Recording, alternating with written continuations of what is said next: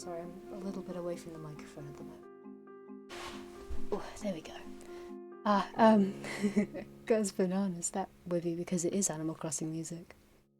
It's from New Leaf, I want to say. The 3DS game.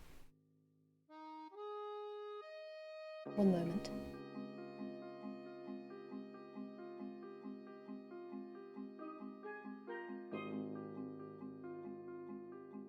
There we go. I've set up, I've got cards and stuff. You only played Wild World, that's understandable. Yeah, I am not familiar with anything beyond New Leaf and New Horizons, sadly. But I want to be, of course. Good games, they're very good games. Sadly, we will have to remove the New Leaf music in a bit because of the stories that we are doing. It just doesn't fit, but we'll come back to it later, I promise. So, we'll move on to the next slide. It's work in progress, but this is what we're going with right now.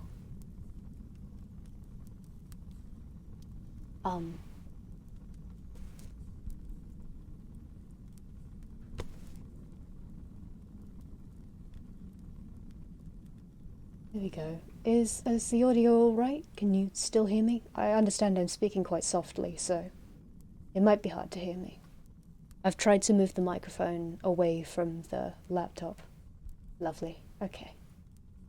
I tried to move the microphone away from the laptop so it doesn't break immersion. You'll get some lovely book ASMR this time. I decided that to kick off this stream, considering the general look of the character, of myself, that we should do a ghost story or two. I have here with me a book by Roy Christian called Ghosts and Legends. I'll read the blurb for you. It's multiple, I believe, ghost stories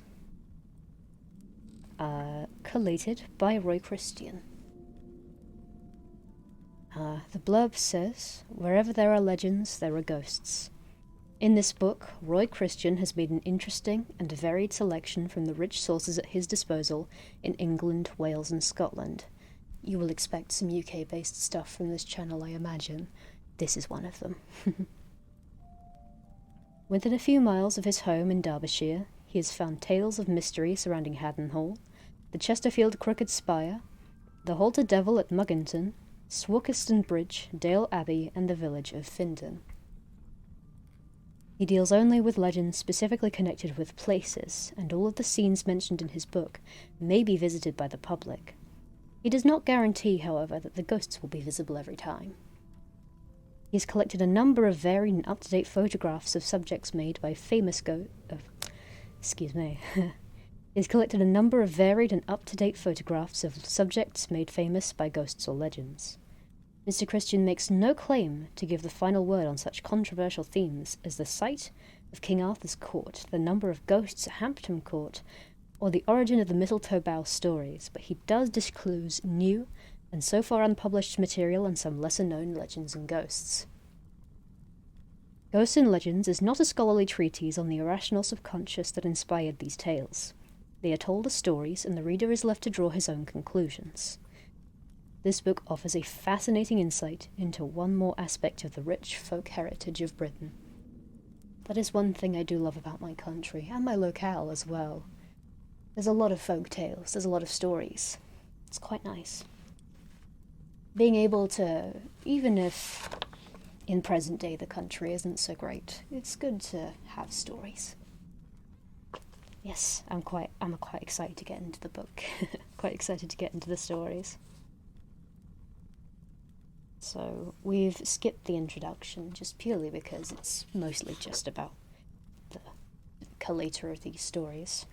And we're going straight to chapter 1. Alright, And do forgive me if I stumble over my words. I'm still getting used to reading out loud. I haven't done it in a while. Chapter 1. Forward from Glastonbury. Any search for British legends must begin at Glastonbury, for there is the site of some of the most dramatic and best known of our traditions. It was there that St. Joseph of Arimathea, forgive me if I've pronounced that wrong, planted his staff that grew miraculously into the Holy Thorn. There that the first Christian church was built in Britain. There that St. Patrick and St. Dunstan were born and buried. It was also the burial place of King Arthur and his queen Guinevere. All this and the Holy Grail, together with the possibility that it was visited by Christ himself and by St. Paul, belongs to Glastonbury, or so the legends run. Despite all this, or perhaps because you expect too much, your first impression of Glastonbury may be of a slight disappointment. You go there expecting to find a many-towered Camelot, which is, in fairness, it must be said that it has never...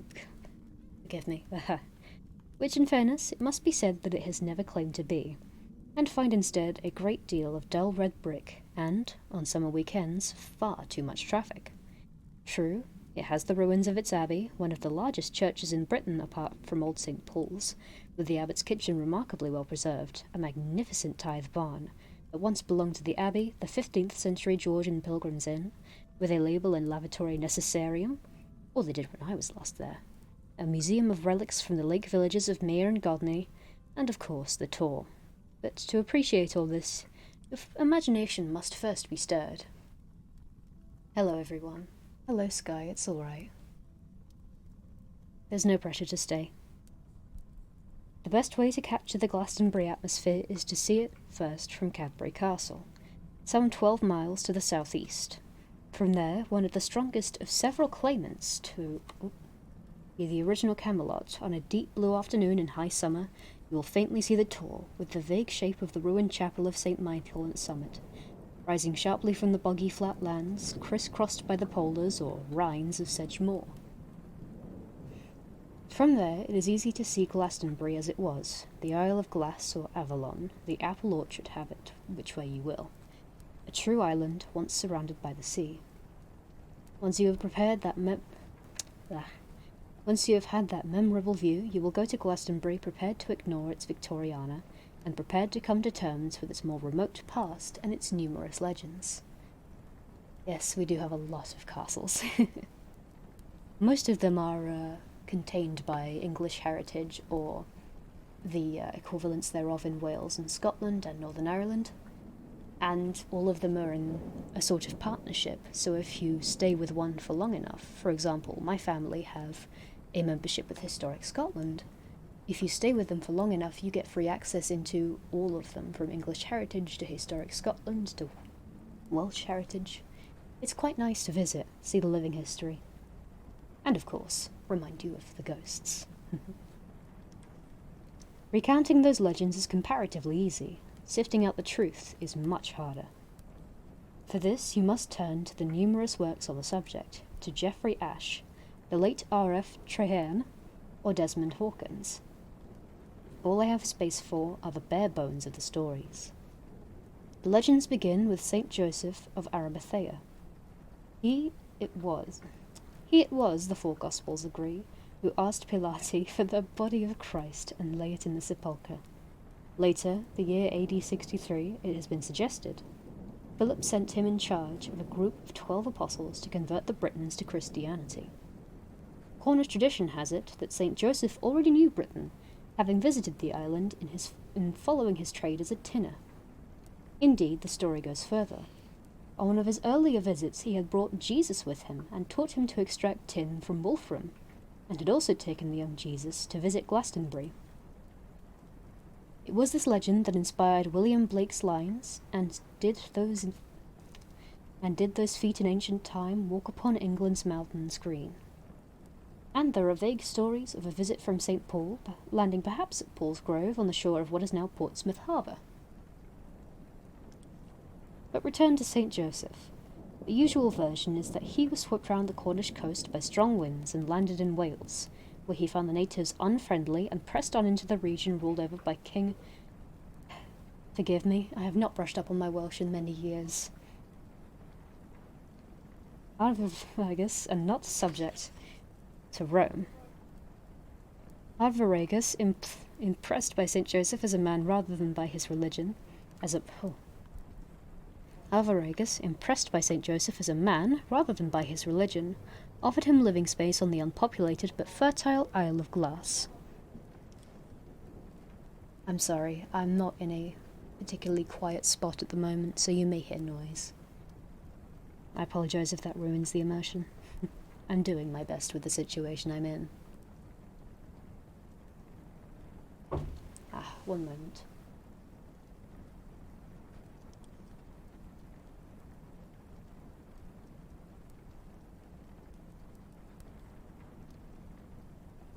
I'm glad that you're enjoying it.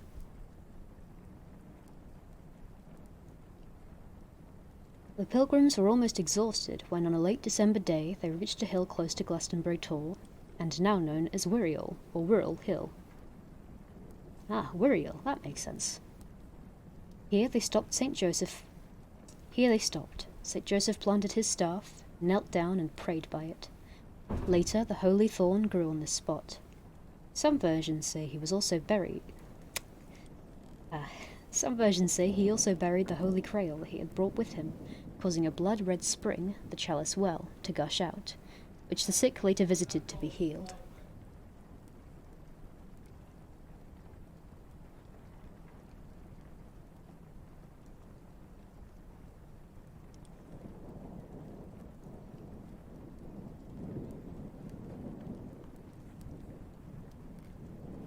There we go, I'm back. Apologies. Let's see, where was I? Near there, St. Joseph and his followers settled as hermits, building the first Christian church in Britain on a new site now enclosed in the abbey ruins. Also, I think it would have been a king at the time. This, then, is the story. What is its truth? Even the best of later scholars are uncertain. The Holy Grail is almost certainly mythical, a combination of perhaps pre-Christian Celtic fable and medieval Christian literary romanticism, though at Nantios, a house near Aberystwyth, kept for many years the remains of a wooden vessel known locally as the Healing Cup of Tregaron, which many people believe to be the Holy Grail.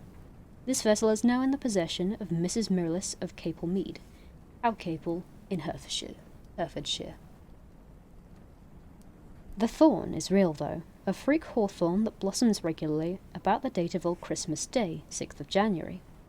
Unfortunately, there is no written reference to it before 1520, by which time it was admittedly a mature tree, apparently with 2 trunks. The story of its planting was evidently known by Elizabethan times, for a Puritan self-righteously hacked down 1 trunk. The other trunk is said to have received similar treatment from a Roundhead soldier in the Civil War.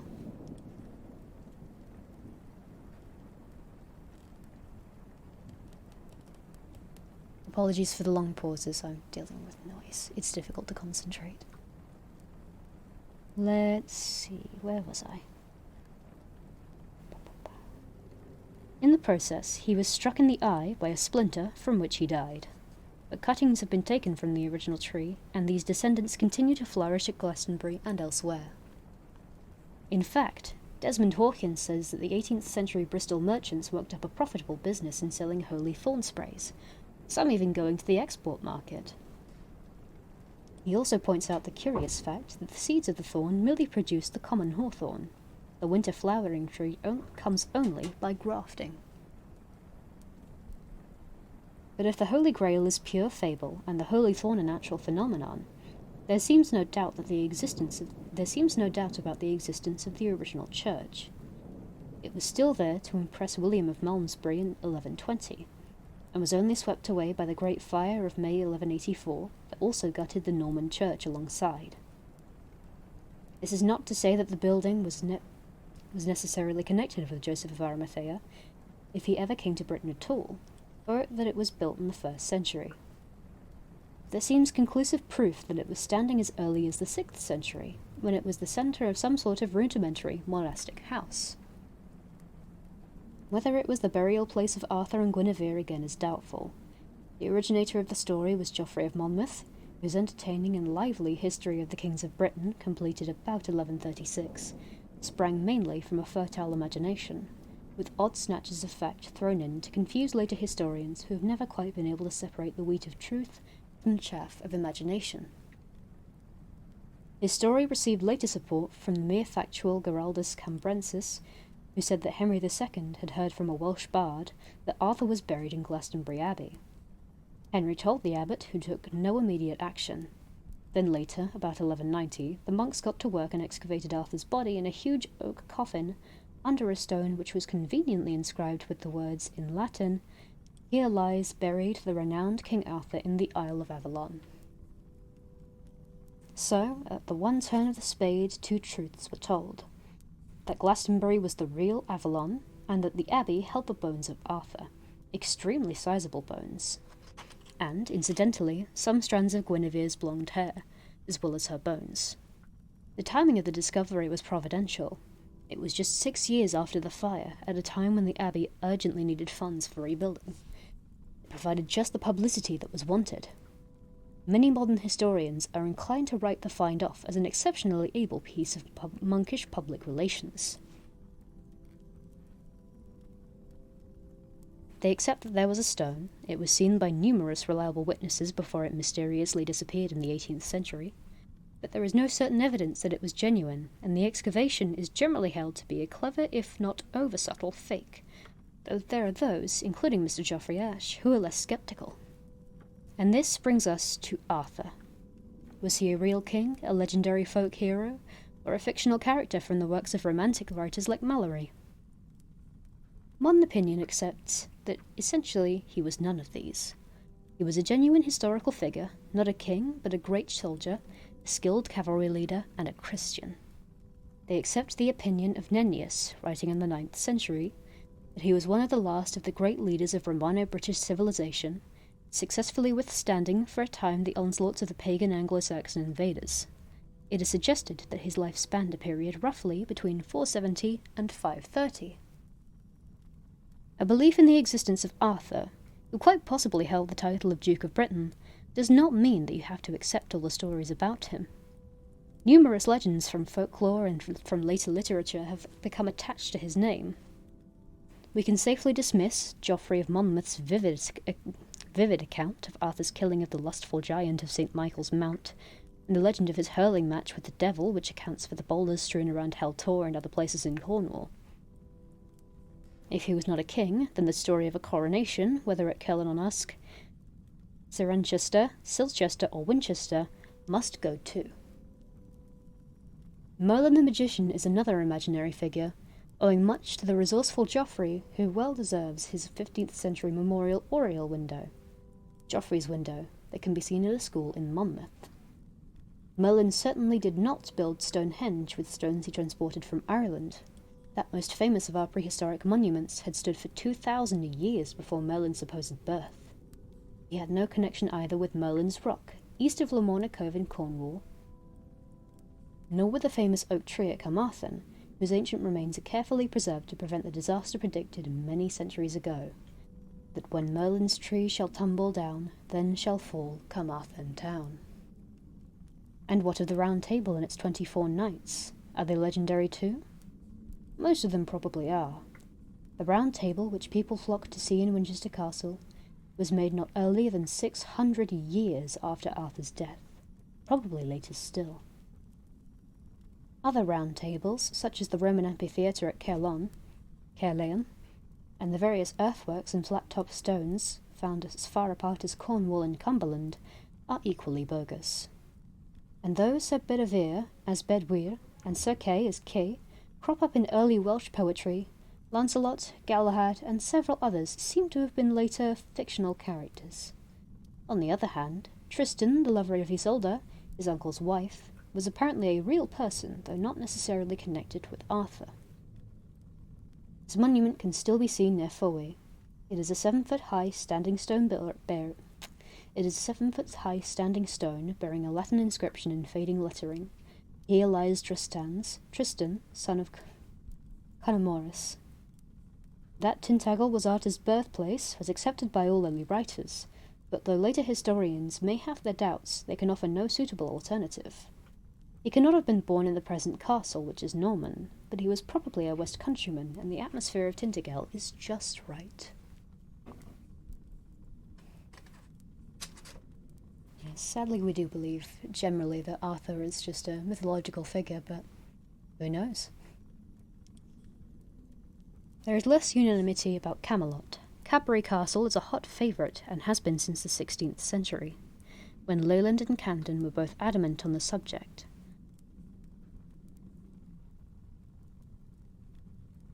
Apologise, I lost my place.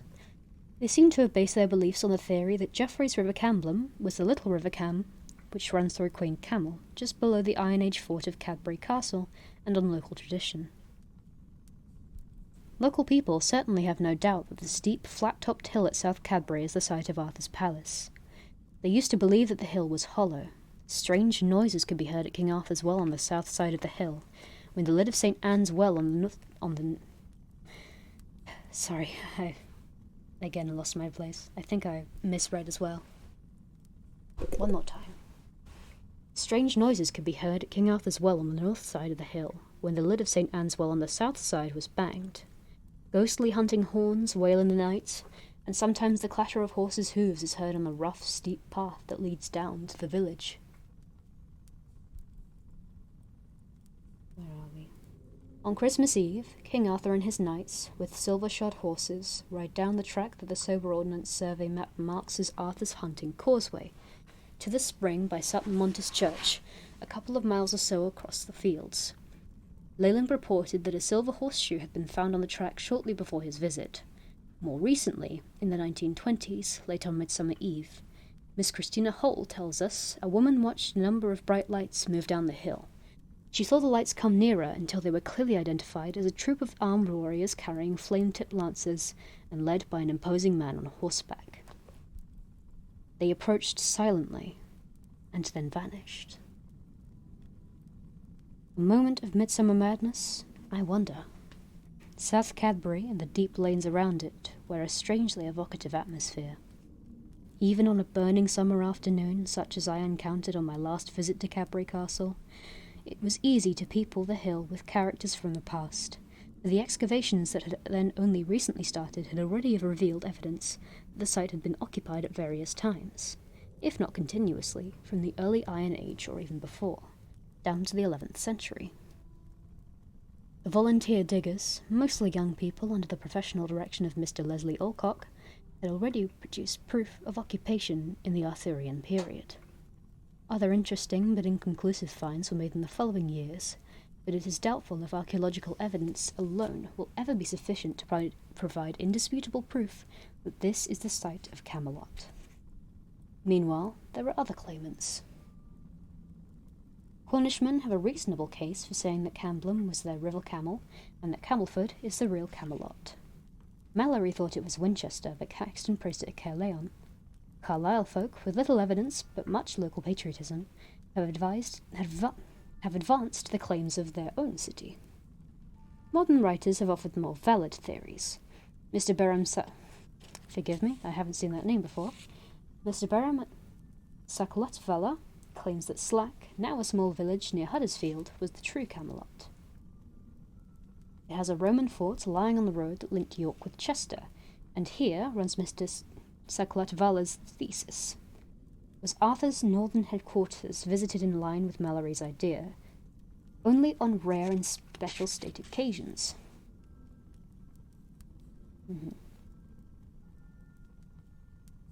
Captain Harvey Macpherson, after years of exploration and research, identifies Camelot with Camelon, near Falkirk, and says that the Round Table is below Stirling Castle. There is similar controversy about the 12 vital battles that Arthur fought. The most decisive one, that completely checked the Anglo-Saxon advance, was fought on Mount Badon. It was there that Arthur, carrying a banner bearing the device of the Mergenveri... Apologies, I just did a spoonerism. The Mergenveri. Deary me. The most decisive one, that completely checked the Anglo-Saxon advance, was fought on Mount Badon. It was there that Arthur, carrying a banner bearing the device of the Virgin Mary, led his troops to a great victory. But where is Mount Badon? Captain Harvey Macpherson said it was Budon, or Budon Hill, just north of Linlithgow, a site now marked by numerous earthworks and camps. Hello again. Let's see. Human remains found here in the 18th century showed evidence of violent deaths. Below this hill stands Cathlow. Cath is Gaelic for battlefield, which suggests that the site was undoubtedly the scene of a grim warfare at some period in history. However, Joffrey Ash stands firmly in favour of the southwest. After weighing up the claims of Badbury Rings in Dorset and Liddington Camp near Swindon, he inclines toward Liddington as the site of Mount Badon. And what of Camlan, where Arthur was mortally wounded by his treacherous nephew Mordred? A strong tradition places it in the water meadows close to Slaughter Bridge, just outside Camelford, but O.G.S. Crawford suggested that it was the old Roman fort of Camboglana, now known as Burdiswold, on Hadrian's Wall, no great distance from the splendid castle of Bamborough on the Northumberland coast, the reputed Joyous Guard. Ah yes, the myth of King Arthur. Similarly, there are rival theories as to where Arthur's sword Excalibur was thrown into the water. Palpalus Bridge, rebuilt in 1912 over the shallow River Brue on the outskirts of Glastonbury, is one contender for the honour.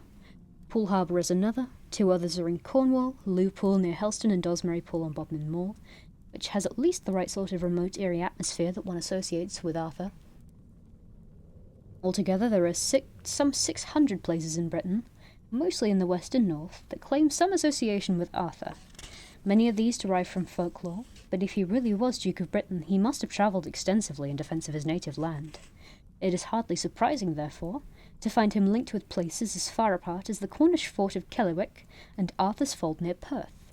Glastonbury's claim to be the burial place of Arthur and his queen is disputed by a belief that Guinevere was buried at Maghill in Perthshire, and that Arthur's grave is on Mirback Hill, near Dawson at the head of the Herefordshire Golden Valley, in a chambered barrow known as Arthur's Stone.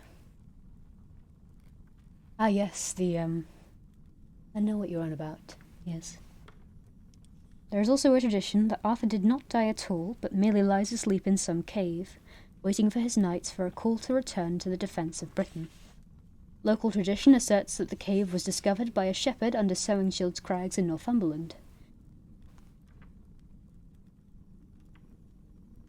Attracted by a faint light from within, he entered the cave and came eventually to a great hall where Arthur and his queen lay sleeping, surrounded by their knights and a pack of hounds. On a table were a garter, a sword, and a bugle. The shepherd drew the sword and cut the garter, but hadn't the nerve to blow the bugle. At this point, Arthur woke up and delivered himself one of these lines. "O woe betide the evil day when the witless wight was born, who drew the sword, the garter cut, but never blew the bugle horn." Not surprisingly, perhaps, after that, the whole party resumed their sleep and the shepherd hurried home to spread the news. But neither he nor anyone else has since been able to find the cave. Similar stories abound elsewhere.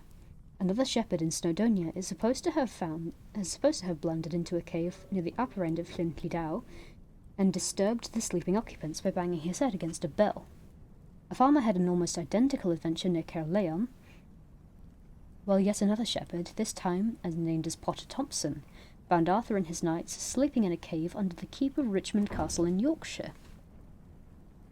Perhaps because Manchester businessmen are more numerous there than shepherds, Arthur has been allowed to sleep under Alderley Edge in Cheshire, as he has, as far as I know, in two places, called Craggy Dinas in South Wales, a cave in the Eildon Hills near Melrose Abbey, and in Arthur's Cave above the Wye near Simon's Yacht.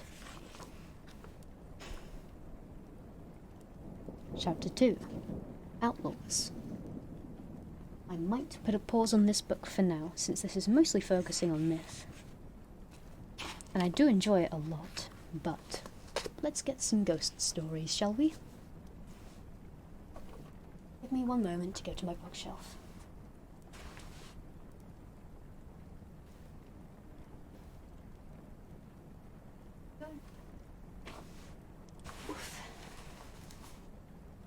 This is from a book called Haunted Norwich. This is mostly focusing around my locale of Norfolk. And let's read the blurb. From heart-stopping accounts of apparitions, manifestations, and related supernatural phenomena, Haunted Norwich contains new and well-known spooky stories from around the city. Contained in this selection are stories of the old witch who wanders up and down Bishopsgate, the lonely monk who can still be found strolling beside the graveyard at St. John Manor Market, the lady in grey who was tragically locked up alive in her house during the plague of 1578, and others who are said to haunt the city's infamous Tombland area. I'm pausing for a moment to say thank you. I do appreciate that. But hello, people. Yes, we're doing ghost stories from Norwich City, a place that I am well acquainted with by now. And it's a place that I do quite hold dear. Norwich City is known as the City of Stories, and so I found it only fitting that I read some ghost stories. This fascinating collection of strange sightings and happenings in the city's streets, churches, public houses, and historic buildings is sure to appeal to anyone wanting to know more about the haunted heritage of Norwich. My walls in my specific place that I'm in are not actually hollow. It is simply breeze blocks on bricks. But there are some hollow walls in areas, I'd imagine. We've had a rat problem in one of our old houses, but mostly it was in the loft, so I'm afraid I'm not able to speak on the matters of hollow walls in English houses. Thank you, David Chisnell, for collecting all of these ghost stories. What if there are people in the walls? That is a very good question, and I'm afraid I don't know. You can't see it, but they've got a lovely picture of Norwich Cathedral. I do recommend, if you're in the area, going to see it, because it is quite nice. Now then, we'll move on to Chapter 1, shall we? Chapter 1. Lord Sheffield and the Adam and Eve. Standing in the shadow of the cathedral, the Adam and Eve is the oldest known public house in Norwich. As long ago as 1249, workmen helping to rebuild parts of the cathedral after a major fire came to this very inn to be paid for their labours in beer and bread. But it was exactly 300 years later, in 1549, that the ghost of Lord Sheffield came to haunt the inn. Shortly before he died, King Henry the... Excuse me, this is in Roman numerals, I believe. Yes, okay.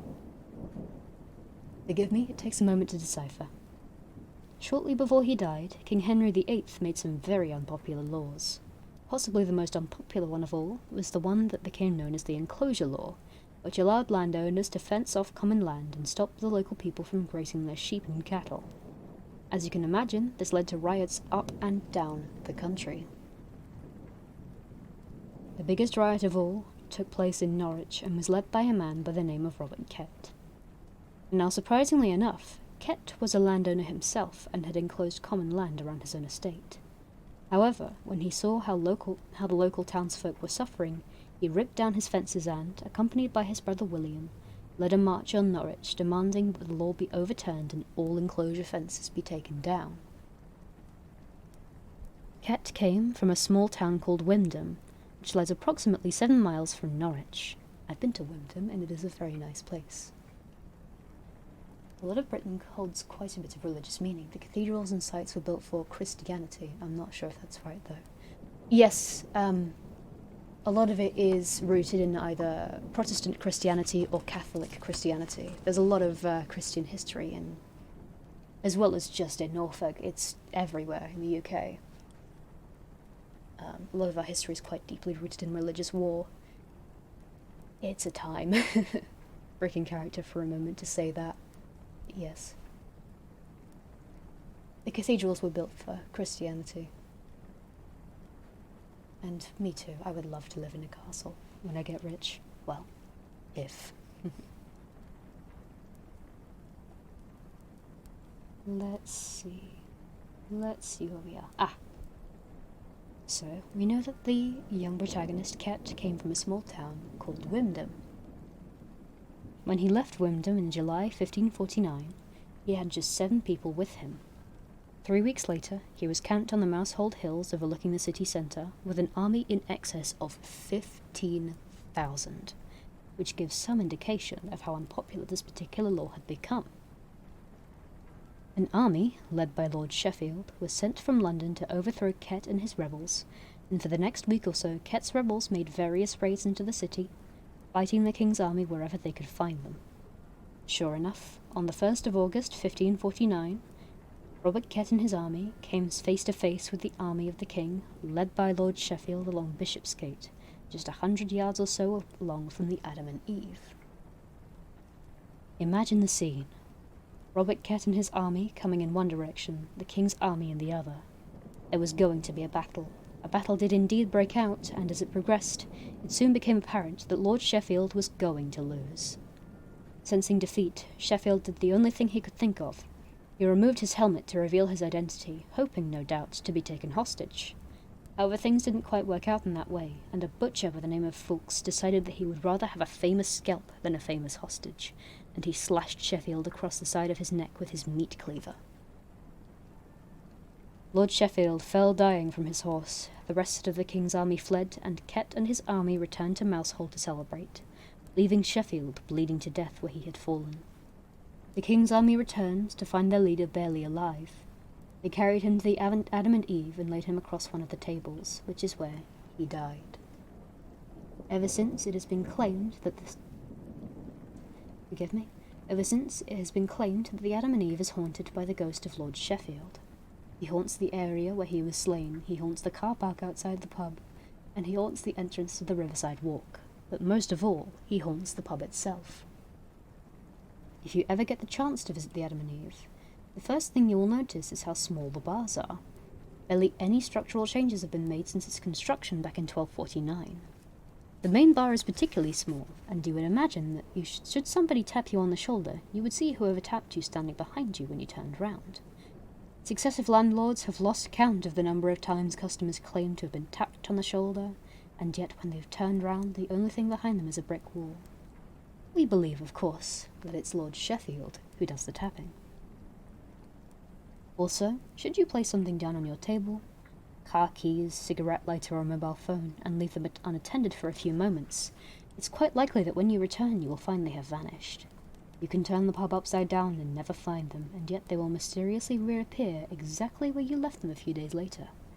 Either they have a very clever dog in the pub, or, again, it is the work of Lord Sheffield. Talk to any of the young girls who work in the pub and, almost without exception, I don't like where this is going.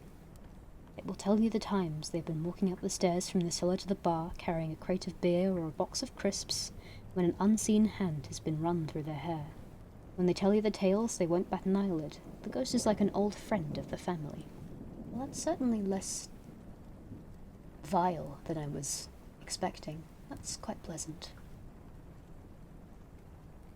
In the 1890s, in the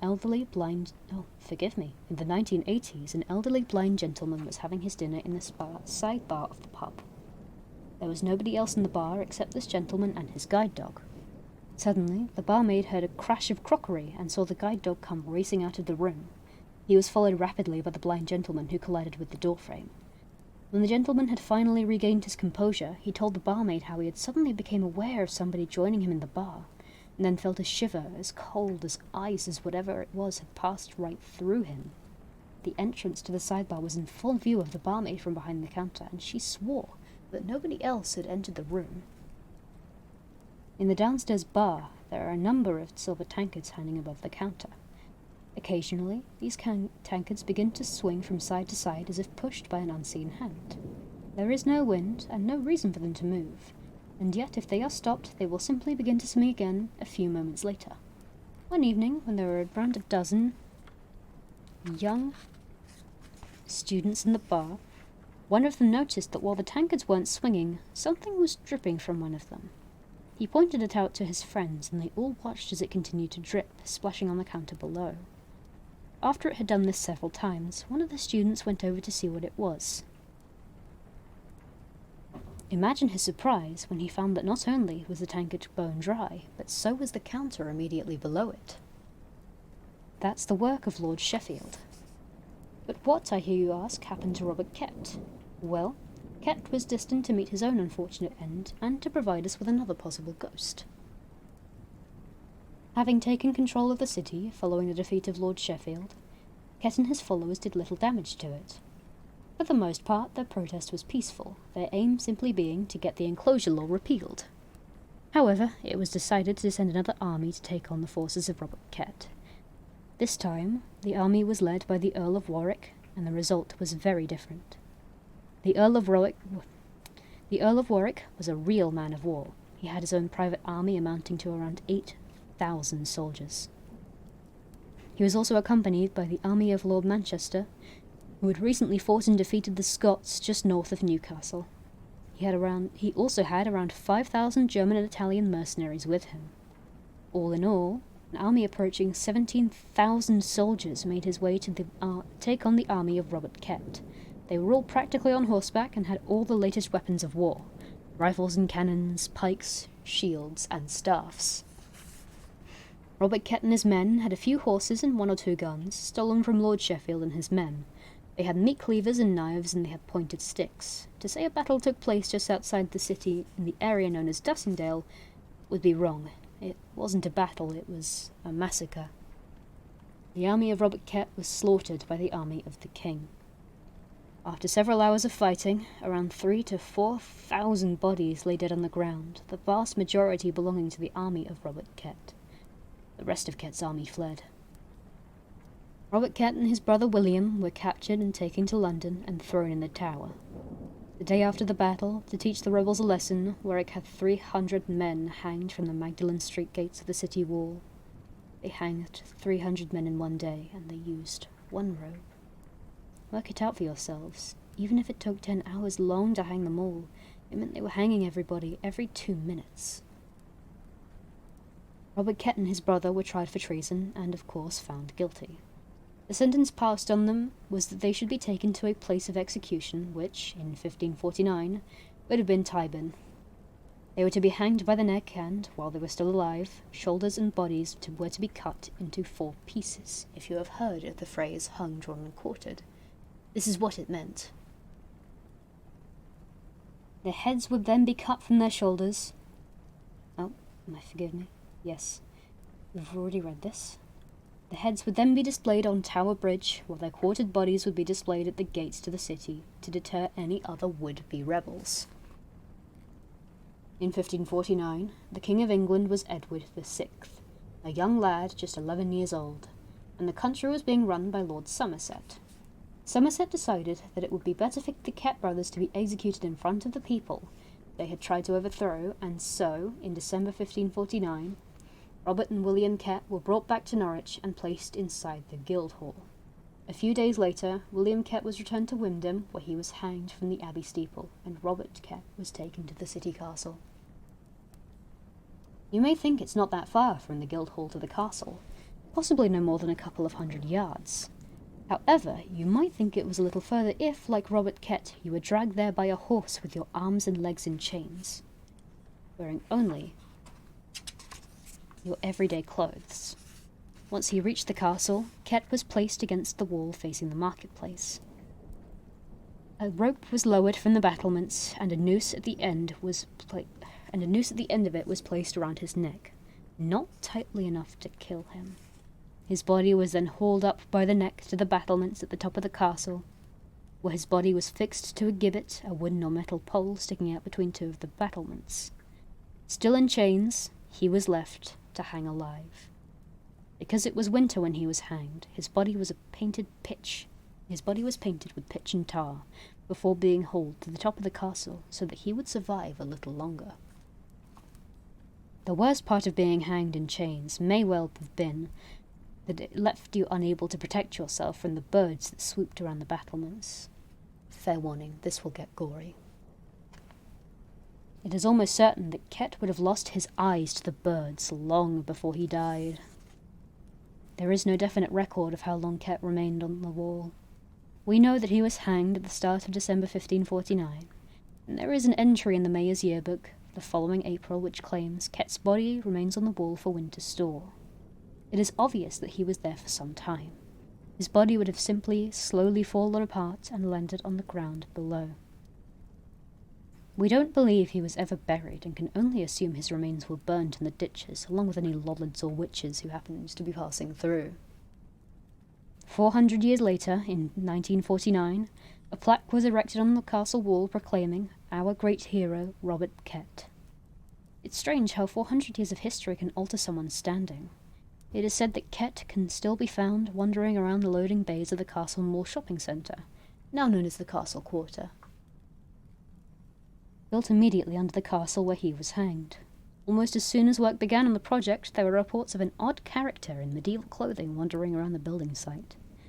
At the time, it was generally thought to be a local homeless person looking for somewhere to rest his head.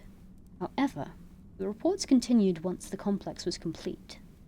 Regular sightings of the character were reported, always at the bays in the rear of the complex, just below the very wall where Kett was hanged. We move on now to Chapter 2. The story of William Shewett. Just around the corner from the Adam and Eve, along what is now part of Bishopsgate, is a wall standing in front of the local magistrate's court. In the mid-1800s, there was a small row of terraced houses where the wall now stands.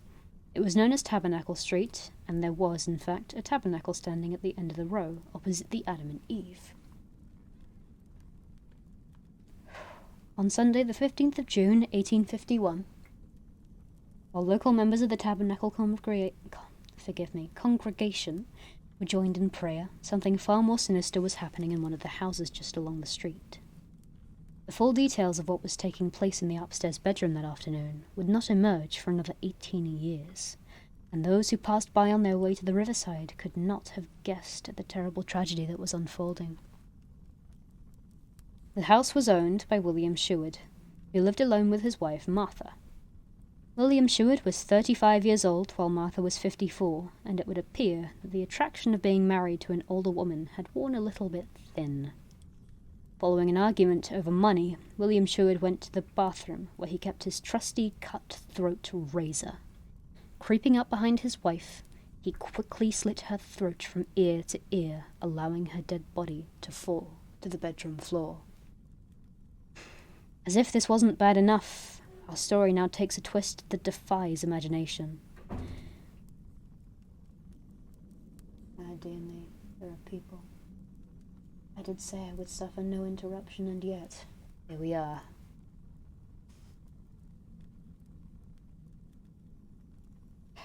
As if this wasn't bad enough, our story now takes a twist that defies imagination. Faced with the problem of a dead body to dispose of, Stuart came up with an idea of how to make his task a little easier. Perhaps it should be pointed out here that what Stuart's profession was. He wasn't a doctor, he certainly wasn't a surgeon, he wasn't even a butcher, and as far as we know, he had no dissection skills whatsoever.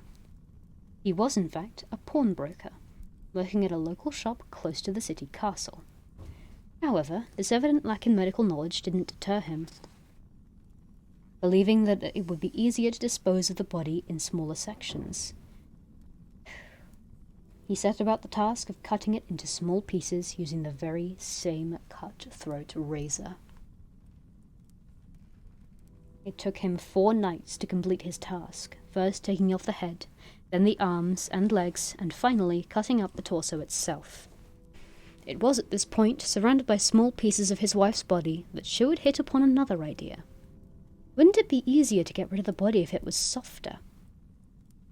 Fetching his largest saucepan from the kitchen, Shewett set about the second stage of his operation, boiling the body parts over the open fire to soften them up. This part of the plan took a further 3 nights, by parts over the open fire to soften. Dear me. By which time, by his own admission, he was having to throw lavender leaves on the fire to get rid of the smell. An amusing aside came when his wife's sister came looking for Martha a few weeks later, and found Stuart cooking his dinner in the very same saucepan. Let's hope he had washed it out in between. Having now reduced his wife's body to small, soft pieces, Stuart set out on part 3 of his plan, with a nightly ritual so macabre it defies belief. For the next week, Shewett wandered round the streets of Norwich with a bucket. The bucket was covered with a tea towel, and underneath the tea towel were bits and pieces of Martha. As he wandered the streets, he threw bits of the body out to wherever he happened to be, an arm here, a foot there. Not too surprisingly, parts began to turn up. First of all it was a hand, then a foot, then pieces of an arm and a leg. In fact, so many pieces were turning up that the police originally thought it was a practical joke being played by local medical students. However, they soon came to the grisly realization that they were dealing with a particularly gruesome murder. Never before had a crime attracted so much local attention. The local papers were full of the latest finds, and stories of a monster roaming the cities spread like wildfire. People were urged to lock their doors as soon as it became dark until the offender was caught. The only piece of the body that never turned up was the head, and so there was no way of identifying it. Martha Shewett was not reported missing, and for some reason the police surgeon had estimated the age of the female body to be no more than late teens or early 20s. There was nothing to connect William Shewett with the horrendous crime, and it seemed as if he would get away with his foul deed. 18 years later, however, the truth was about to be revealed.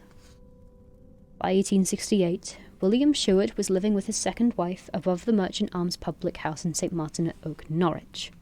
However, New Year's Eve found him wandering the streets of South London, racked with guilt and convinced that he was being pursued by the ghost of his dead wife. Finally, on Friday the 1st of January, 1869, he walked into a police station in Woolworth, where Inspector James Davies had come on duty an hour earlier. Davies later said that in the 18 years that he had been in the police force, he had never been involved with such a macabre case. He recalled that Shewett approached the desk and stated that he wished to make a charge against himself. "What is it?" Davies had asked. "The wilful murder of my first wife in Norwich," replied Shewett. Over the next hour or so, he made a full confession but refused to go into great detail about what he had done, as it was too terrible. A few days later, Shewett was brought back to Norwich, where he was taken straight to the local gaol and charged with murder. By the time of his trial in March 1869, Shewett had withdrawn his confession, claiming that he had been depressed and drunk when he made it. He claimed that his wife emigrated to Australia with another man many years earlier, and that he had not seen or heard from her since. The evidence against Shewett was very poor. Apart from his admission, there was nothing to tie him to the body parts found around the city. Furthermore, his wife had been 54 years old, while the police surgeon had suggested that the victim was much, much younger. It was suggested by his defense that his original confession could have been provided by anyone who had read the case at the local papers. The judge had also reminded the jury that no new information had been offered by Shewett, and he pointed out that if the defendant was entitled to be believed when he made the confession, then he was just as entitled to be believed now when he withdrew it. However, he also told them that they had to ask themselves why anyone should have made up a story if it was untrue. They should also consider the fact that all known evidence fitted comfortably with the confession, although Shewett had pleaded not guilty. He had refused to give any evidence during the trial, and that although, forgive me. The jury retired at 3:05 p.m. and returned with a verdict an hour and a quarter later. Perhaps it was the original confession that had swayed them, or the fact that Shewett had refused to give any evidence. Whatever it was, when the clerk asked them for the verdict, the foreman replied, "The jury found him guilty." Shewett was then asked if he had anything to say as to why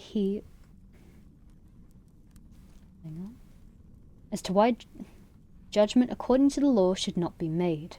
The prisoner replied, "I have nothing to say." Putting on the black cap, the judge then passed sentence that Shewett should be taken to a place of execution and there hanged by the neck until your body be dead. When Shewett arrived back at the city gaol to await execution, acute rheumatism in his ankles meant that he was allowed to stay in the prison infirmary and was supported by wardens wherever he went. Any lingering doubts over the guilty verdict were quashed once and for all when Shewett asked to see the prison governor on the afternoon of the 15th of April. When Shewett asked to see the prison governor at the meeting, Shewett made a complete confession, describing in great detail all that he had done. He explained that he argued with his wife over money that he had lent in to his employer. When she had threatened to confront his employer and reclaim it, he was forced to stop her. He described how he had slit her throat, dismembered and boiled her body parts, and then strewn those parts around the city under the cover of darkness. He gave permission of his confession to be passed to the Home Secretary and the trial judge, but asked that it should not be made public until after his execution. As Shewett awaited the date of his execution, the rheumatism in his ankles grew worse, causing him to be carried around the infirmary for most of the time. On the evening before the set date of execution, he wrote a last letter to his second wife in which he apologized and asked for forgiveness. The following morning, Shewett rose at 5:30 a.m., and at 6 a.m. he was joined by the chaplain for prayer. Shortly before 7:45 a.m., Shewett and the chaplain were joined by Chief Prison Warder Hall and another warder named Bass. As the bells of St. Peter Mancroft and St. Giles joined those of the prison to toll the death strokes, Shewett, the two wardens, and the chaplain made their way to the iron gate between the governor's house and the gaol. Here they were met by the under-sheriff and a local surgeon. At this point, Shewett became unable to walk and had to be carried to the pinioning room by the wardens. After the final adjustments had been made to the pinioning, Shewett gave a shudder which caused a tremor to pass through his entire body. According to one of the warders, the tremor stayed with Shewett until after he was hanged. Supported by the warders, Shewett was led to the scaffold, while the chaplain read the funeral service. Once upon the scaffold, Calcraft, the hangman, quickly fixed the cap and rope while Shewett prayed earnestly. Calcraft then withdrew the bolt, and Shewett fell. A brief struggle brought life to an end. At this point, as Shewett fell, the clocks were striking 8 a.m., and a black flag was hoisted to the top of the prison facade. William Shewett was only the second person to be hanged at the gaol, and he would be the last. Furthermore, he was the first person to be executed in Norwich in private. A recent Home Office bill had banned public executions because of the unruly and riotous behaviour which now generally attended these events. However, the lure of a man being judicially killed was still enough to attract the general public. At 7:30 a.m. that morning, there had been just 20 or so people outside the prison gates. By the time the clock struck 8 a.m., a crowd of excess of 2,000 were crowded around the entrance. Exactly 1 hour later, at 9 a.m., and long after the ghoulish onlooker had left the area, Shewett's body was cut down.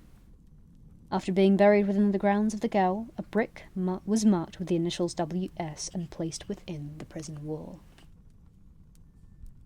At last, some 18 years after the event, the mystery of the unknown body, together with Shewett himself, could be laid to rest.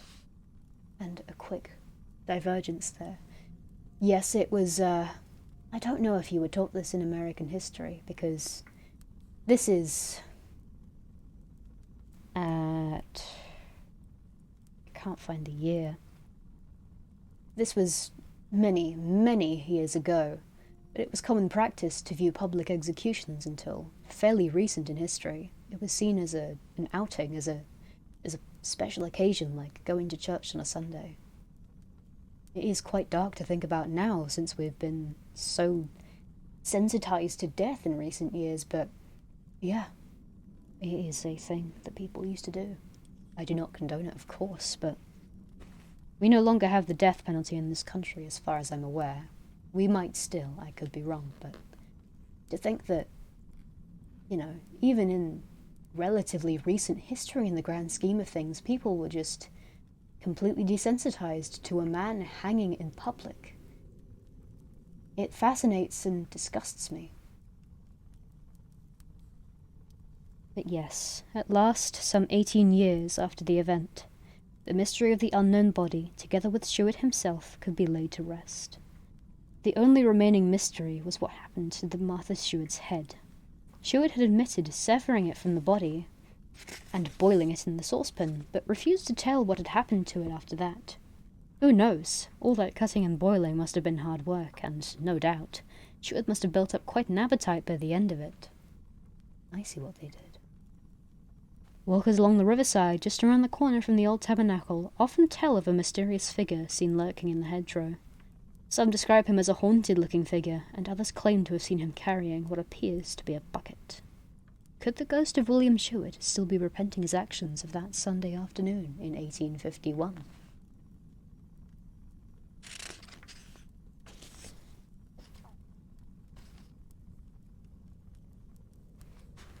Yes, I don't know if this is taught in American history, but I'm fairly certain, even in the US, until very, very recent history in comparison, public hangings were very much just a thing that people lived with and dealt with, even were entertained by.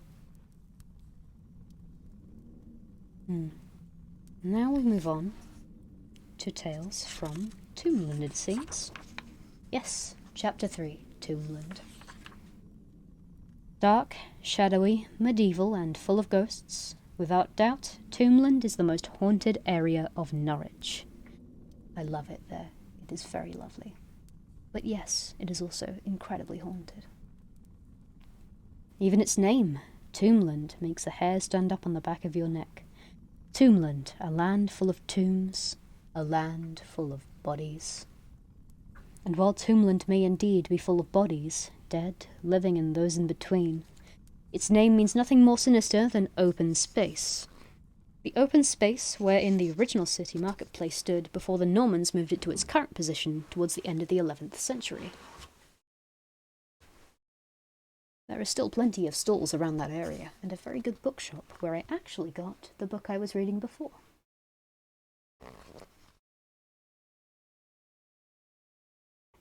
It wasn't long before this open space became an area of intense building work, with many famous city landmarks soon making their first appearance. Over the years, each building would gain its own tragic story of death and horror, and Tombland would acquire its reputation as the most haunted area of the city. An area so full of ghosts it seems almost impossible to walk from one side of it to the other without bumping into them. Tombland has stood in the shadow of the cathedral for almost 900 years, and has become home to many a ghost and horror story along the way.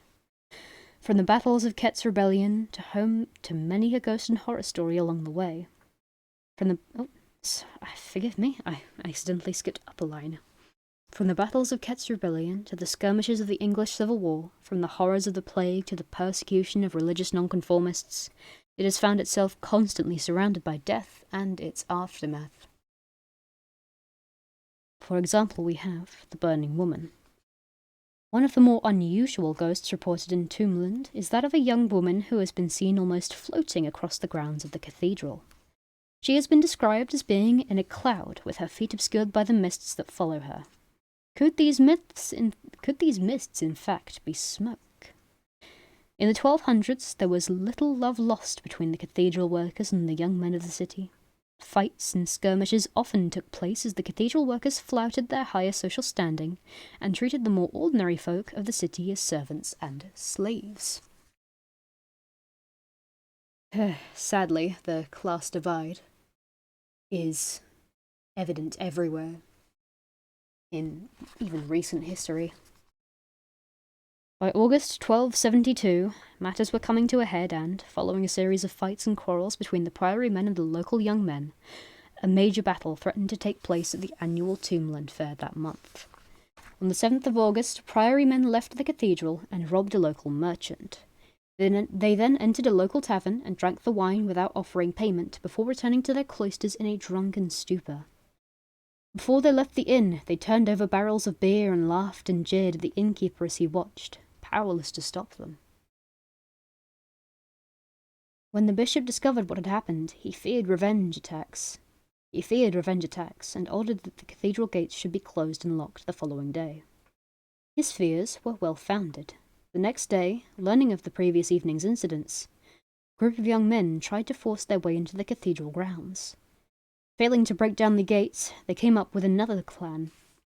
Climbing to the top of St. George's Church, they began to shoot slings of fire into the cathedral grounds. Some of these fireballs landed on the thatched roofs of the buildings inside the cathedral grounds, and fires quickly broke out. As the monks and their servants tried to put out the flames, a woman set fire to the main cathedral gates. As the fire weakened the bolts, a mob of locals charged the gates with tables from the local taverns, and eventually the gates were ripped from their hinges. The crowd now entered the local cathedral grounds, determined to wreak as much damage as possible. Over the next few hours, hoards of gold and silver were plundered, and many of the monks' and servants' quarters were set ablaze. A number of monks were killed with lances, while many more hid or fled in fear. When calm had finally been restored, the incident was reported to Rome by the bishop, and the Pope used a papal bull commanding the authorities to punish those involved. In 1272, the civic authorities would have no choice but to obey the bull, and a dreadful revenge was exacted. 34 offenders were tied to horses and dragged around the streets of the city between Tombland and the marketplace until they were dead. Many others were publicly whipped in the marketplace. The whipping was conducted by the priory men who, no doubt, carried out the punishment with great enthusiasm.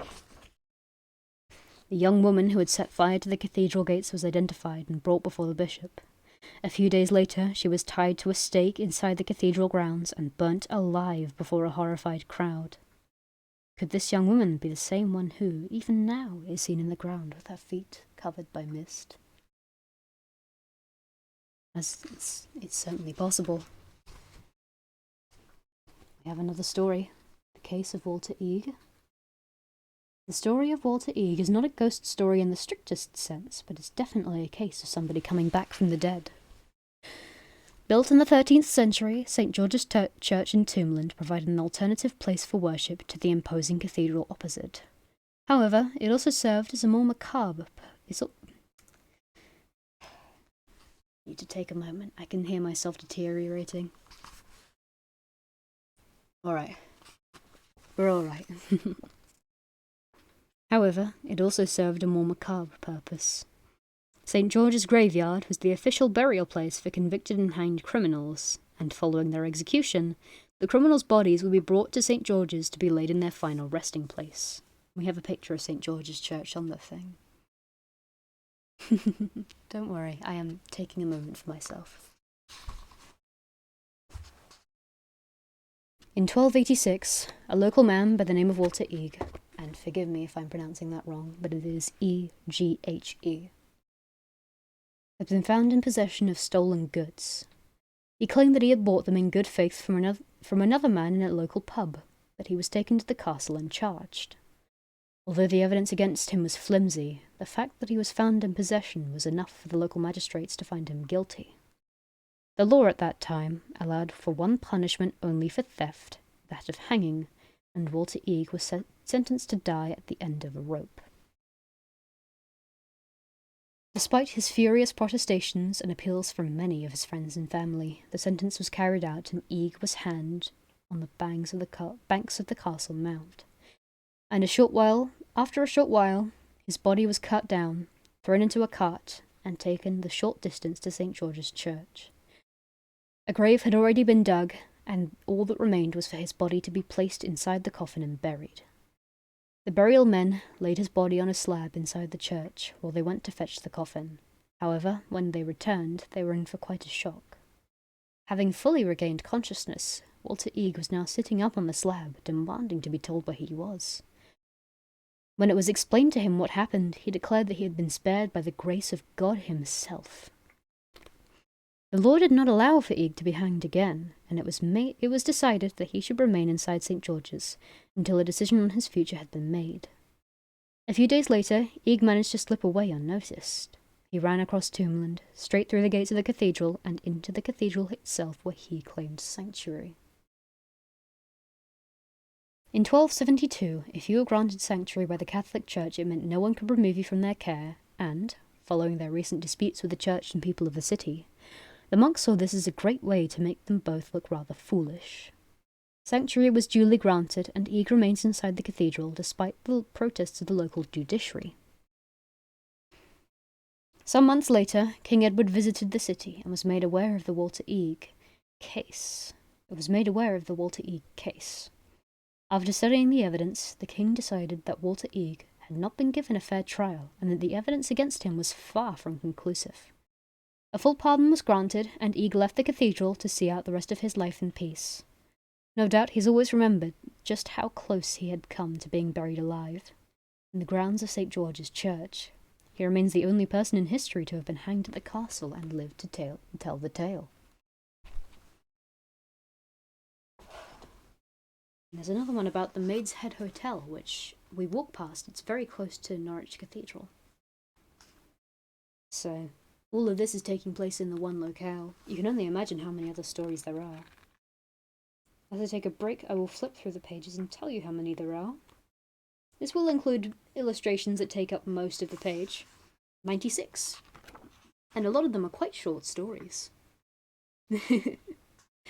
Yes, in a sense I do live in a bit of a crazy place. Norwich, in particular, has a lot of ghost stories to it. And purely because there's a lot of history in Norwich. Norwich prides itself on being the city of stories, from what I remember. The mural that is currently in St. Stephen's Street, I believe, tells all about the historical events that have happened. Like, none spring to mind at the moment, forgive me, but there are several that you can see. Elizabeth Fry, that's one, there we go. We have a murders that make chairs out of people.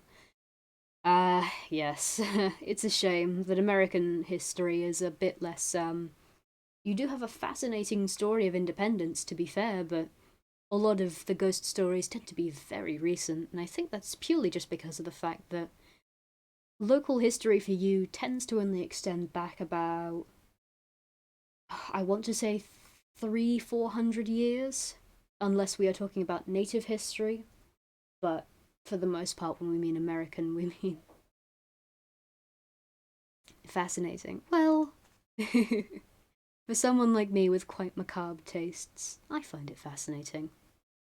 At the moment, my shelf is currently stocked with 1, 2, 3, 4, 5, 6, 7, 8, 9, 10 horror stories. I will bet that the natives have a lot of ghost stories, yes, although that is not the correct terminology from what I remember. The only way we won was because Britain stood in bright red jackets and didn't move. Yes, the redcoats. Don't even get me started. The battalions were not expecting to meet real resistance, so yes. Although, to be fair, you did have completely viable reasons to be revolting. No taxation without representation, and the comical amount of taxation that was happening upon the colonies. I do definitely understand that. But, yes, I do not excuse the, trampling of native land, but my country is just as guilty, so I can't speak. I can't speak.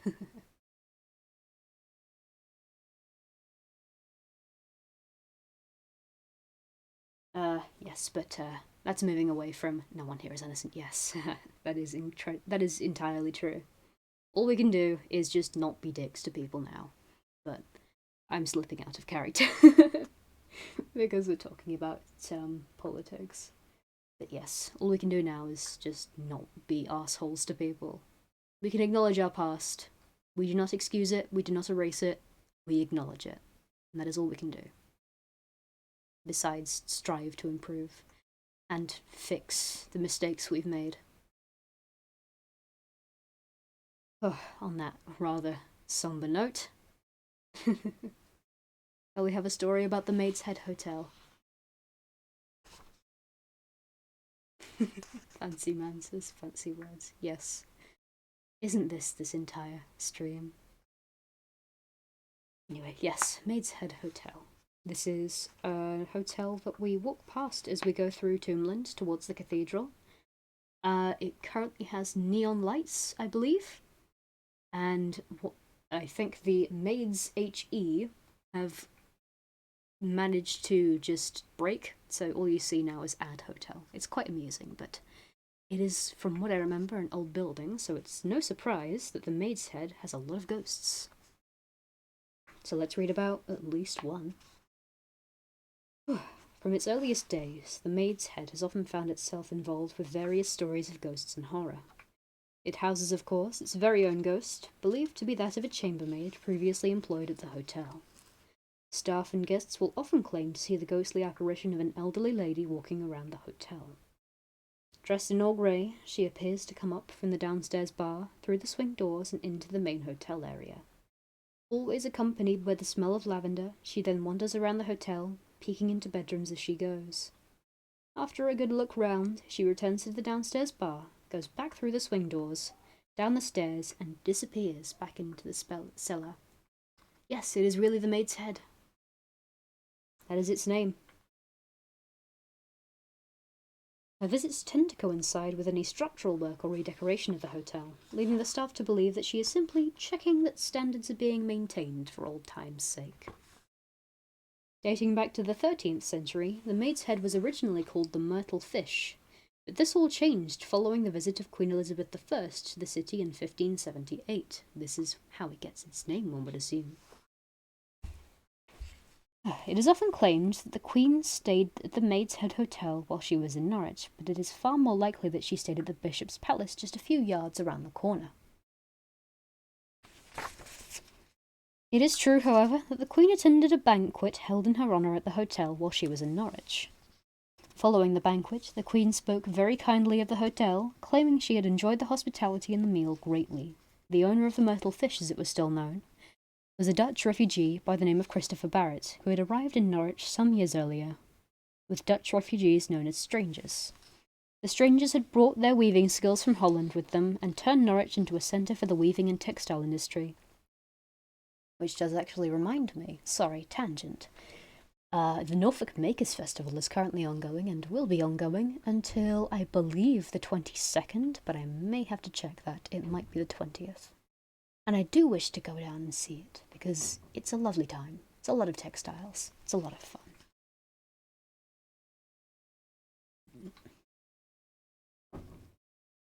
So overwhelmed by the Queen's compliments was Barrett, he announced that he would rename the hotel in the Queen's honour.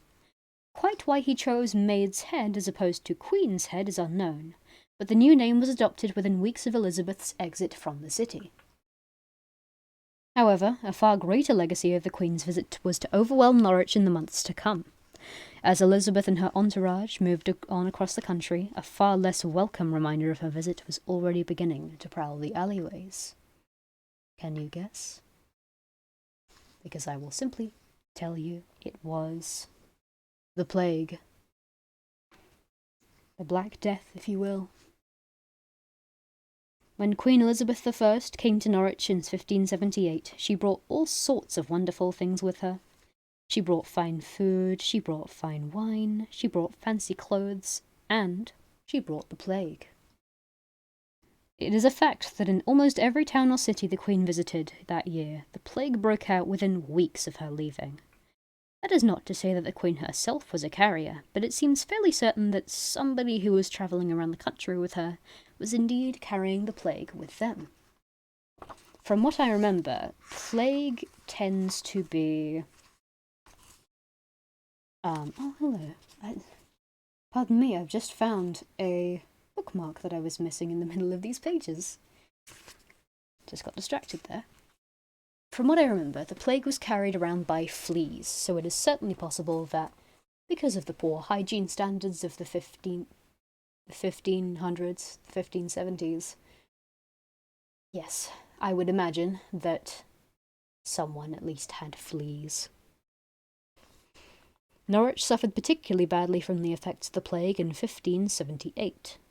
Between August that year and the following February, over 4,700 deaths were recorded in the city from the plague. If we add on all the ones that went unrecorded, people just passing through, people who had no fixed abode, and those who were buried without being counted, it is estimated that as many as 7,000 or even 8,000 people may have died from the effects of the plague. Yes, sadly. Yes, there was a lot of poo. It is one thing that I'm sure Horrible Histories has covered in depth.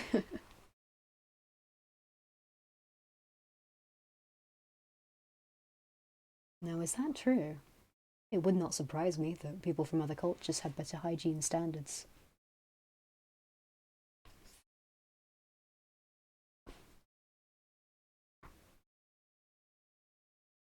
Let's see, where was I? Bearing in mind the entire population of Norwich in 1578 was no more than 15 to 16,000, that meant nearly half the population of the city was lost in just 6 months. I see what you're doing. I apologise for the distraction here, but yes, if only they knew about hands, face, space. I'm trying not to laugh. Oh dear.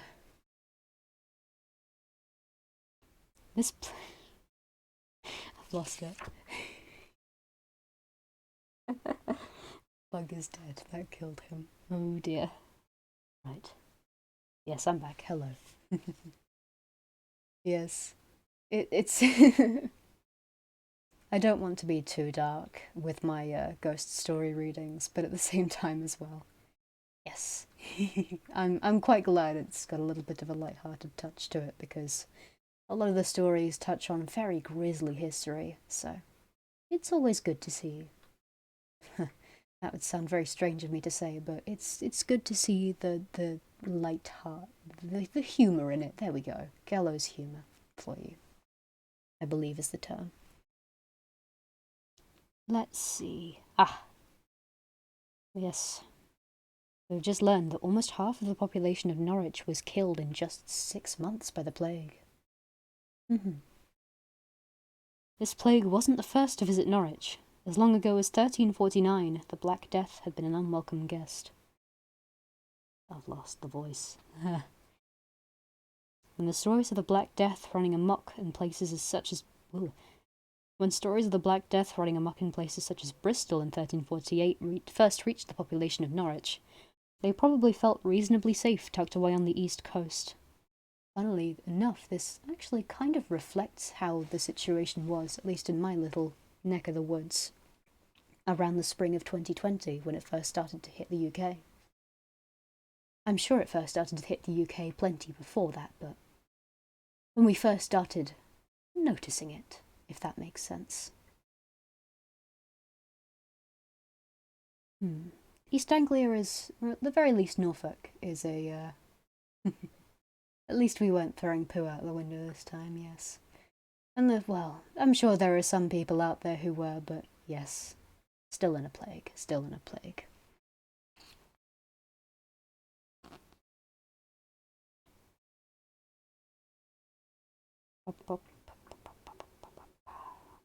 Yes.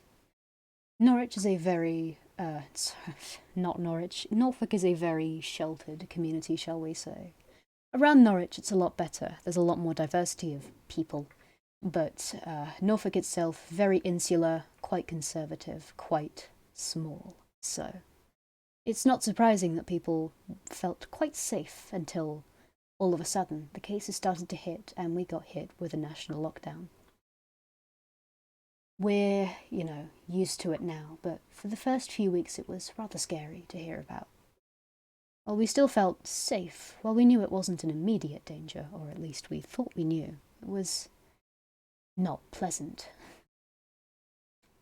I can certainly imagine, and especially with the comically poor hygiene standards of the time, at least among the Britons, they certainly didn't feel as safe. Hands were washed this time as well. Yes, in 2020 we washed our hands. That was the first advice that our wonderful, heavy air quotes, Prime Minister gave to us, was to wash our hands, as if we weren't doing that already. I don't fully. I don't claim to understand our interesting Prime Minister, but there we are. Moving back to the 1300s. This plague wasn't the first to visit Norwich. Oh, sorry, the 1500s. We're now talking about the 1300s. As long ago as 1349, the Black Death had been an unwelcome guest. When the stories of the Black Death were running amok in places such as Bristol in 1348 first reached the population of Norwich, they probably felt reasonably safe tucked away on the east coast. By the start of 1349, however, reports began circulating that the plague had reached London, and fears started that it might indeed find its way to East Anglia. Those fears were well founded, and in March 1349, the dreaded Black Death swept into the city, showing absolutely no mercy to young or old, fit or unwell. The plague threatened to wipe out the entire population as it raced through the alleyways. Those who did not die in the first few weeks were left with the task of burying their loved ones. As the number of victims grew, few formal burials took place. Bodies were piled on top of each other as the rats ran through the alleyways, and the grim cry of "Bring out your dead" rang through the city. Cartload after cartload of bodies were taken to Cathedral Close in Tombland, as it was turned into a gigantic burial area. The name Tombland must have seemed even more sickeningly appropriate, as the area became overrun with hundreds of bodies arriving on a daily basis. Great pits were dug to bury them in. Often those digging the pits would fall ill on their shovels and join the other victims a few hours later. Over 2/3 of the clergy died during the plague. Many of them were buried in the graveyards next to and behind St. George's. Many people wondered why the graveyards are raised so high. It was simply to accommodate all the bodies. But St. George's was to have another, more terrifying role to play during the plague. Those who weren't struck down by the disease often resorted to stealing from the bodies of the victims to help subsidize their own welfare. A ring here, a necklace there, and if you struck lucky, maybe a few coins to buy some food with. If the thief was caught, the penalty was severe. The looters would be taken to St. George's Church and pushed up a spiral staircase to the roof. Once on the roof, they would have their hands tied behind their backs and their legs would be strapped together. They would then be turned upside down and dropped head first to the ground below, landing just to the side of the graveyard. Their bodies would then be recovered, and regardless of whether they were dead or still alive, they would be thrown into the pits with the rest of the plague victims and left. How did they get out of those pits? Did they have ropes? I don't imagine that they... If you mean when they were freshly dug, I'd imagine that they would put it as a sort of... It wouldn't be a perfect cylindrical hole. It would be more like a U shape, I suppose is the best way to describe it. And if you're talking about when they were throwing the bodies in, they wouldn't go in the graves. They would just throw them in.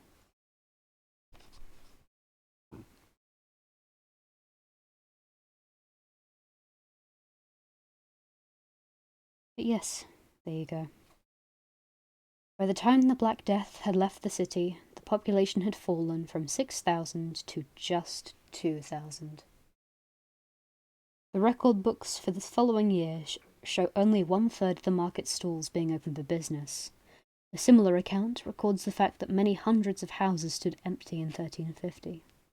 It is hardly surprising, then, that panic swept through the city like wildfire when the first traces of the plague were again encountered in August 1578. Old pits were hastily reopened to house all the dead bodies that the plague was expected to leave in its wake. This time, a new tactic was to be used to help slow the spread of the disease. Instead of leaving bodies out on the streets to be collected by pitmen, it was decided that when a family died, their house would be sealed off. All of the windows would be covered over, the doors barred from the outside, and great red crosses of warning painted on the walls. The bailiffs would then return some time later with the pitmen to retrieve the bodies and bury them in the pits. A good idea on the face of it, but it could go wrong, and when it did, it would leave catastrophic results, as our next ghost found out, to her horror. The Lady in Grey. Augustine Stuart House stands in the middle of Tombland. Built in 1459 by Augustine Stuart, it is the very house that Lord Sheffield stayed in the night before his ill-fated battle with Robert Kett. It is surrounded by the many pits dug to bury plague victims, and along with almost every other building in the area, was overwhelmed by the plague of 1578.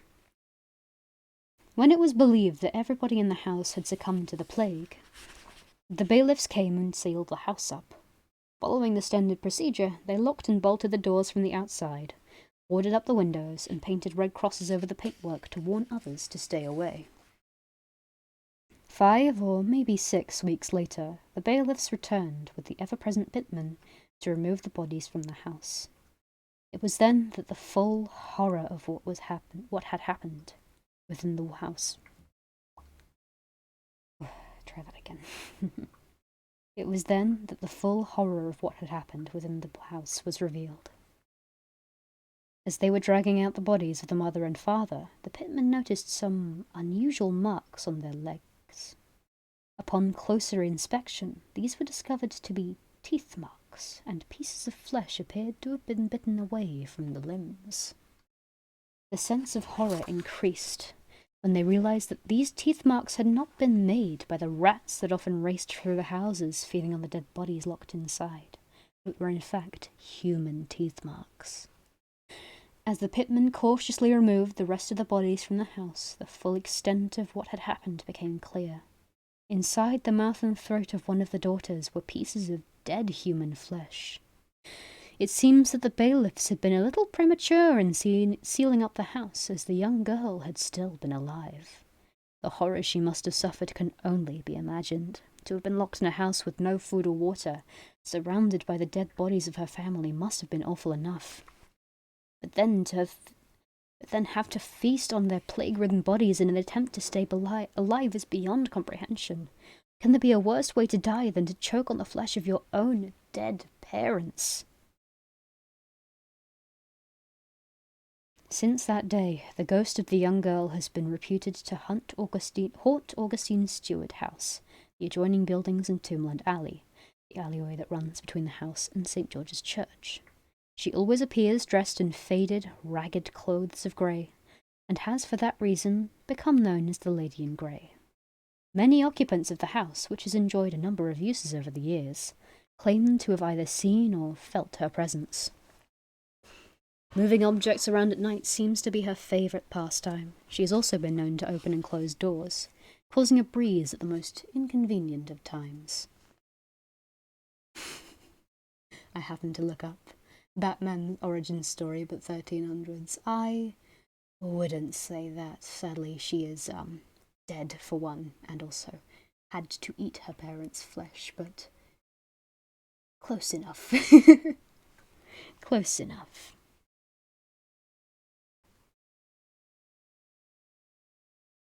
Others claim to have seen her walking up and down Tombland Alley, and even a vicar of St. George's vouches for her existence. Reverend John Minns confirms that, as he practised his sermon for the weekend one day at the altar, he glanced up to see a young woman dressed in grey enter the church through the main doors. She then proceeded to walk across to the back of the church and exit through the doors leading to Tombland Alley. She didn't bother to open the doors on the way, which was perhaps not too surprising, considering they had been sealed for many years.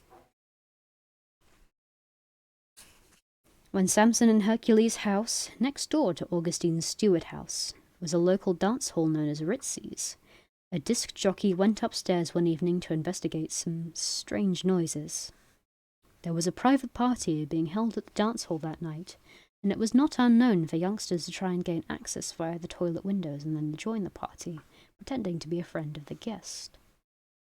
When the disc jockey made his way upstairs, he saw a young woman leaving the ladies' toilets. Dressed in all grey, she didn't look like the usual visitors to the club, so he went to challenge her. Ignoring him completely, the young woman walked straight past him without a word. As he turned to see where she was going, he was amazed to see that she appeared to have no feet and was simply floating down the corridor. In something of a panic, he reported what he had seen to the manager, who told him in no uncertain terms that if he wished to keep his job, he would not repeat the story to anybody else. The manager obviously felt that a ghost would be bad for business. And now we are to elaborate on Samson and Hercules' house. One of the largest plague pits in the city was dug beneath where Samson and Hercules' house now stands. The Samson, as the house is affectionately known, has been a dance hall since the early 1900s. Many people dancing there will know that there is a swimming pool located immediately below the dance hall, but how many know that they are dancing above an old plague pit containing what is left of somewhere in the region of 5,000 dead bodies? Does the phrase, dancing on somebody's grave, suddenly spring to mind? We've already covered the Lady in Grey's visit to the Samson, but other ghosts are also reputed to haunt the building. Because of the close proximity to the pit to the cathedral, my apologies, many monks who died in the various plagues that came to the city are believed to be buried underneath the dance floor. Monks are a regular feature of life at Samson and Hercules' house, and not just on fancy dress night either. Some years ago, a young female professor from Belgium came to deliver a lecture in one of the rooms at the top of the house. At the end of it, she asked the organisers why there had been 4 monks sitting so attentively in the back row. Surprisingly, nobody else had noticed them. Before it became a dance hall, Samson and Hercules... Samsung. Oh dear. Before it became a dance hall, Samson and Hercules' house was home of the local YWCA. I believe that stands for Young Women's Christian Association. I could be wrong. Many of the young girls who stayed there would claim to have a nightmare if they slept in the back bedroom of the top floor. The nightmare was always the same, being buried alive in a great pit of dead bodies. Now that we know what's underneath the house, perhaps we shouldn't be too surprised. By the time the house was sold to become a dance hall, that back bedroom had been sealed off and was no longer being used. Just how many people must have had the same nightmare before the YWCA would care to sacrifice a bedroom?